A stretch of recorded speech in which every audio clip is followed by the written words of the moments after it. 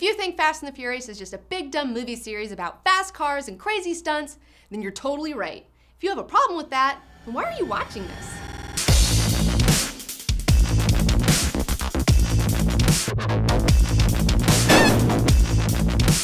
I'm Comic Book Girl 19, and as I've stated before, I'm a huge fan of the Fast and Furious franchise. And to all you snooty movie critics out there who can't let yourselves have fun with this movie, I'm here to tell you that you're totally missing out. Yes, these movies are dumb, but they're totally awesome. I dare you not to want to drive your car like a bat out of hell after you watch any of the Fast and the Furious movies. In fact, I wanted to break all the speed limits after I left the theater, which the filmmakers are quick to warn you not to try any of the stunts. The franchise is self-aware, it's honest, and it never tries to be something that it isn't. And in an age where a lot of movies are purposefully mismarketed to trick people to put their asses in the seats, I think that this is quite refreshing. Fast and the Furious movies have always delivered what they promised, and Fast 6 is no exception. You can tell that everyone making the film is having a great time, and there's a spirit of fun about these films that I immensely appreciate. It knows it's silly, and it doesn't care in the best way possible. You can bet on it. Fast and the Furious 6 continues to set the stakes even higher than the preceding films. In this one, Dominic Toretto's crew is pitted against a rival hijacking crew led by an international super baddie, Owen Shaw. I love the part where Tyrese's character Roman states, "It's like we're chasing evil versions of ourselves," and he totally hits the nail on the head. It's hilarious. Toretto's crew is helping The Rock catch the bad guys, and in return they're offered full pardons and the chance to regain their amnesiac ex-crew member Letty, who also used to be Toretto's ex-lady love and was thought to have been killed in the 4th installment. If nothing else, you have to appreciate the sheer creativity of all the stunts they come up with.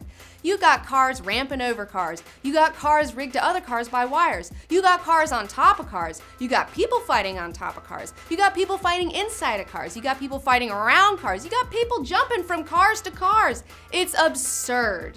For example, there's this scene where these 3 cars are trying to stop this Airbus from taking off. It's hilarious. It takes place over like 10 minutes. The runway would have to be like 50 miles long for them to even be able to do this. But that's the thing, you can't pick out flaws like this in the movie. You just have to enjoy the stunts for what they are. Not only are the mind-blowing action sequences great, the cast of characters have become equally engaging. Even if you're new to the franchise, you'll find yourself totally caring about the characters, and they provide the perfect amount of comic relief.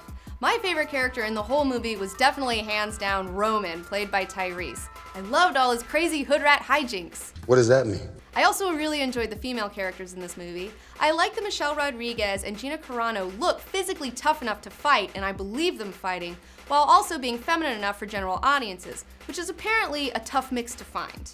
I also really appreciated that they didn't have the model-thin character of Giselle trying to punch anyone, because that's totally absurd. Instead, they focus on making her an amazing marksman and a great driver, which I found totally believable.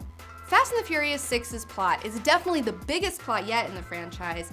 Instead of just stealing or hijacking something, they're pitted against this international bad guy where they have to stop him from getting the last component of a black market bomb. And it's really funny because even within the movie, the characters are looking around like, are we supposed to be doing this? It's a really great wink to the audience. This is not what we do. And I understand that each time they have to up the ante, but I wonder, how could they possibly have a bigger mission in the next movie?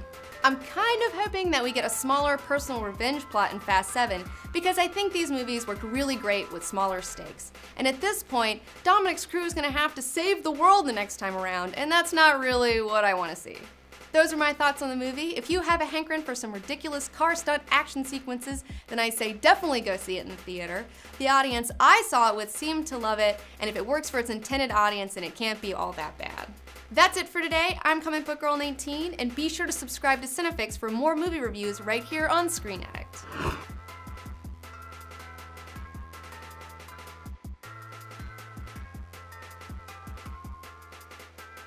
Get your film fix. Subscribe to CineFix.